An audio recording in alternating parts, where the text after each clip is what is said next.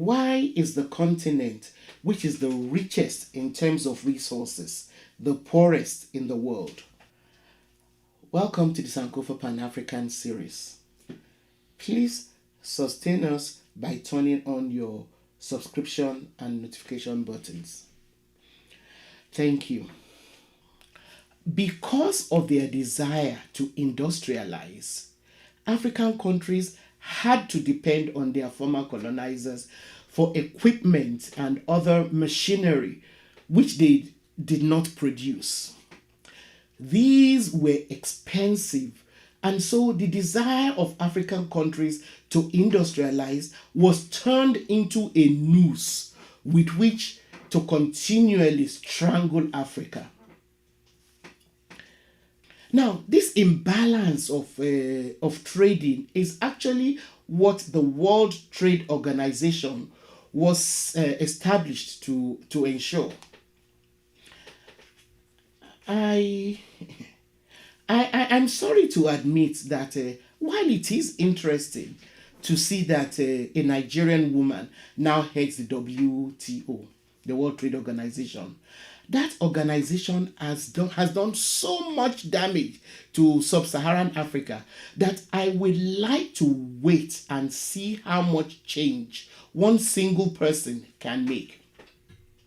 The WTO, IMF, and the World Bank have been major instruments for the economic oppression and suppression of the sub-Saharan Africa and other developing parts of the world. For instance, the IMF and the World Bank are responsible for Africa's lack of self-sufficiency in food production. The WTO is responsible for the Agreement on Agriculture, which stops African and Caribbean countries from subsidizing their food production, while okaying a country as rich as America and European countries to continue to subsidize their farmers. When you see those African children with empty eyes on TV, usually put up by do-gooder organizations, begging for money on their behalf, remind yourself why the children are starving in the first place. It is because their parents are toiling and sweating on mines and farms from which they cannot carve out a decent living from their toil and sweat. So how can you sit in good conscience watching news items night after night as young African women and men risk their lives through the desert and the Atlantic to get to Europe after being forced by the same kind of conditions that made that hungry, starving child with empty eyes that you see and donate to on TV? How can the majority of Europeans rest easy at night when they see tens of thousands of young Africans, some pregnant with babies, some accompanied by their young children, in a desperate reversal of the direction of the transatlantic slave routes? How those Africans who had chosen to throw themselves overboard or had died due to the terrible conditions on the slave ships across the Atlantic must be turning in their watery graves at the thought of these young Africans going to be enslaved in Europe. I am really anxious to see how Dr. Ngozi Iweala-Okonjo will ensure that the stranglehold which the WTO has enforced on Africa, the Caribbean, and other developing countries to stop us from industrializing are removed. I can't wait to see what she's going to do about removing those strangleholds. So, why do superpowers give out foreign aid to Africa in billions of dollars every year if they want us to continue to remain poor? You may want to ask. Apologies to American and European celebrities and other do-gooders in advance. Please ask yourself this question. Do you know any poor country in the world that was transformed through aid alone into a rich or even marginally self-sufficient country? Please share the information with me if you can find a country in the world that became self-sufficient through aid. The truth is that rather than eliminate poverty, which should be our target, the insane concept called poverty alleviation, pro-poor strategies, or aid only further increase poverty. Research shows that developing countries in Africa and the Caribbean lose more money annually than they receive through aid, investment, and remittances. By investment, I mean foreign investment. According to an account published in 2017, more than 3 times the amount that Africa receives in aid was taken out mainly by multinational companies who fraudulently misreport the value of their imports or exports to reduce tax.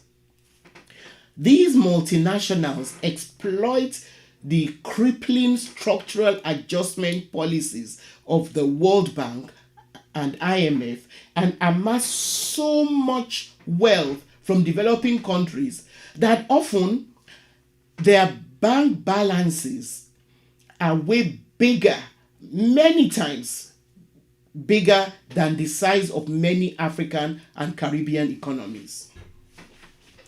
Now, this wealth does not only allow multinationals to act above the laws of the host countries, but it allows them to coerce effectively and collude with political leaders. And also and this continues corruption. They continue to corrupt the system, with their countries now proclaim loudly as the reason for Africa's poverty.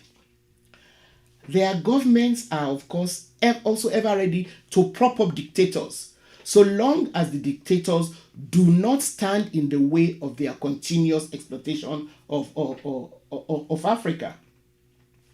So let us look at the issue of corruption and poor leadership, which no doubt, of course, play a role in our problems. However, if we are to believe that poor leadership and corruption are the only reasons for Africa's underdevelopment, then we have to first of all believe that there is something inherently wrong with us as Africans, and that we have an innate propensity for corruption, which is the narrative that these developed countries keep pushing at us. The truth of the matter is that there is corruption everywhere, and Africans are not inherently corrupt by any stretch of the imagination. America is the global capital of kleptocracy, and other developed countries are no different.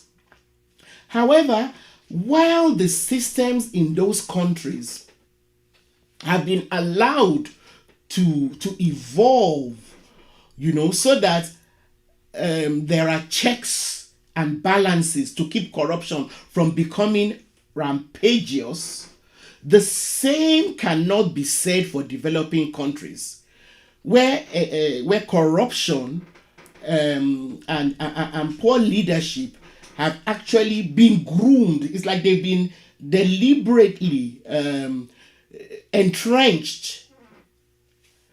Now, we cannot get away from the fact that even corruption has been and continues to be exploited to work against Africa. Some have even suggested that the very idea of governments of developed countries giving aid was designed to actually start the corruption process in the developing world in the first place. And it has continued to be used to entrench corruption and prop up poor leaders in the name of, one political ideology or another, in the name of, say, democracy. They prop up, poor leaders. The very things that Africa and Caribbean countries need to end poverty are aggressive industrialization, control of our resources, and fair trading terms so that we can extract and exploit our natural resources ourselves. It's not rocket science. We need to be able to process our raw materials, our natural resources, and determine the prices at which we sell them globally. As the Yoruba will say, the Chinese do not have two heads. In other words, they are not special. They are a superpower today because they found ways to industrialize.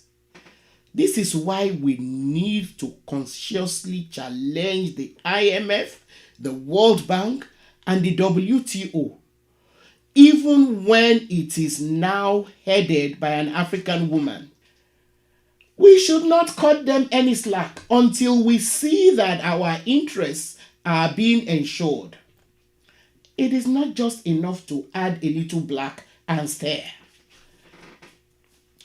If African economies are allowed to grow, the majority of our problems, be it poor governance, security, patriarchy masquerading as a religion and culture, high unemployment rates, ethnicity, and whatever they may be, these problems will be better tackled if and only if our earning capacities are not hindered by all that we have been talking about here. We will be able to afford to educate ourselves to the same level as the superpowers. With that alone, we won't need anybody to try and teach us about democracy or rule of law. The list of reasons why and how Africa is being impoverished is almost endless. Look at how our land is being destroyed through the exploitation of colonizers and multinationals who extract oil, precious metals, and other resources from Africa. Look at how we suffer as a result of climate change, caused predominantly by the developed countries. There is no getting away from the fact that the global economic, trade, and information systems are set up to continue screwing over developing countries. Even in recent times, unfair intellectual property laws persist. I'm sure you've heard that a European country owned by white people who have nothing to do with Yoruba ethnic group tried to trademark the word Yoruba and therefore stop anyone else, including flesh and blood Yoruba people, from trying to use it. This is a crazy world in which we live in. We cannot get away from the fact that the standard of living in the developed world is being enjoyed on the backs of citizens of places like sub-Saharan Africa and the Caribbean. So you are simply living in denial if you are living the good life as a citizen of the developed countries and donating money for aid or even campaigning to save the environment without questioning very vehemently why your government alone, your government along with other global powers insist on perpetrating the kind of unfair trade balance called globalization. The time to insist on Africa's true emancipation is now, not tomorrow. It is today. Thank you very much for watching. Please continue to share your comments and questions with us. Also, please give us a thumbs up and share our videos with your contacts. See you next time.